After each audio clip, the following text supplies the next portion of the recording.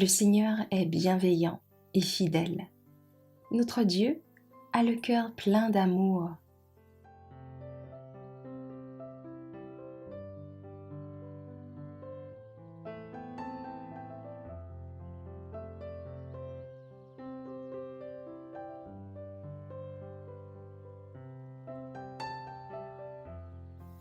Les bontés du Seigneur ne sont pas épuisées.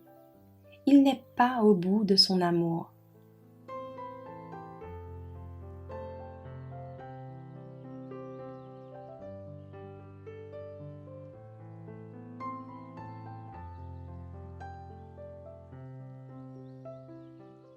Dans notre union avec Jésus-Christ, Dieu nous a ramenés de la mort avec lui pour nous faire régner avec lui dans le monde céleste. Par la bonté qu'il nous a manifestée en Jésus-Christ, il a voulu démontrer pour tous les siècles à venir la richesse extraordinaire de sa grâce.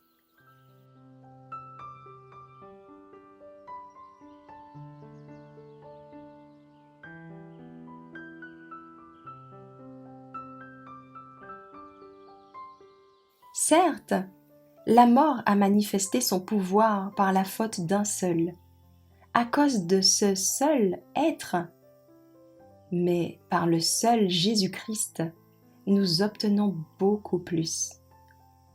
Tous ceux qui reçoivent la grâce abondante de Dieu et le don de son œuvre salutaire vivront et régneront à cause du Christ.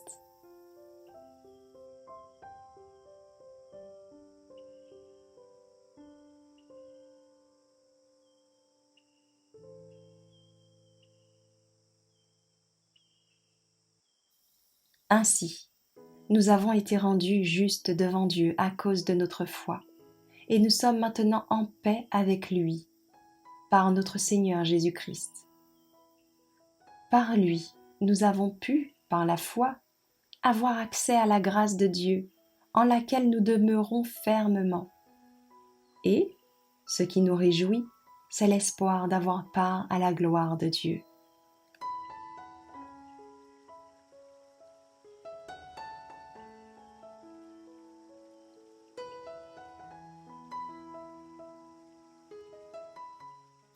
Car vous connaissez la grâce de notre Seigneur Jésus-Christ. Lui qui était riche, il s'est fait pauvre en votre faveur, afin de vous enrichir par sa pauvreté.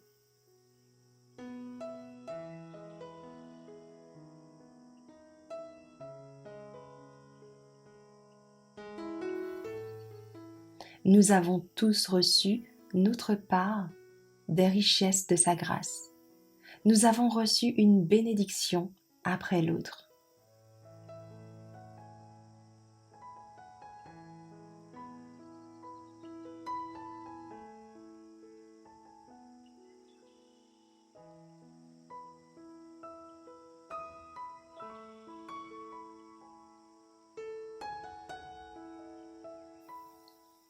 Et Dieu a le pouvoir de vous combler de toutes sortes de biens, afin que vous ayez toujours le nécessaire et, en plus, de quoi contribuer à toutes les œuvres bonnes.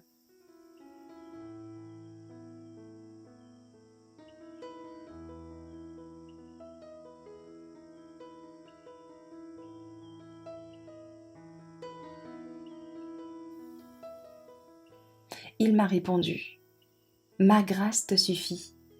Ma puissance se manifeste précisément quand tu es faible. Je préfère donc bien plutôt me vanter de mes faiblesses, afin que la puissance du Christ étende sa protection sur moi.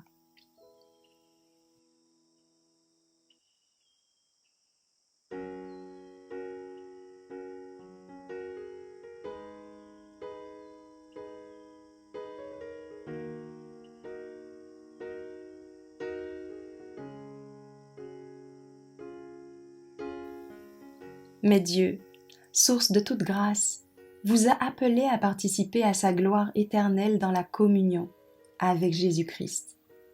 Il vous perfectionnera lui-même, vous affermira, vous fortifiera et vous établira sur de solides fondations.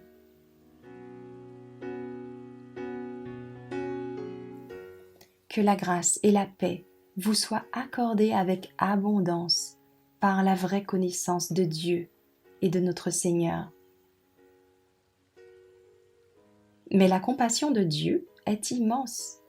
Son amour pour nous est tel que, lorsque nous étions spirituellement morts à cause de nos fautes, il nous a fait revivre avec le Christ.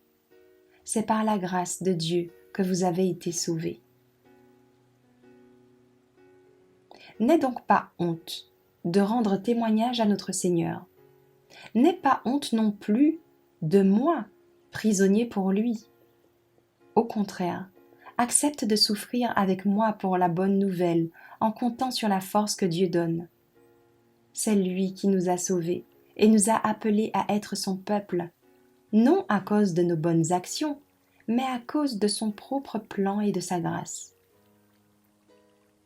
Il nous a accordé cette grâce par Jésus-Christ avant tous les temps.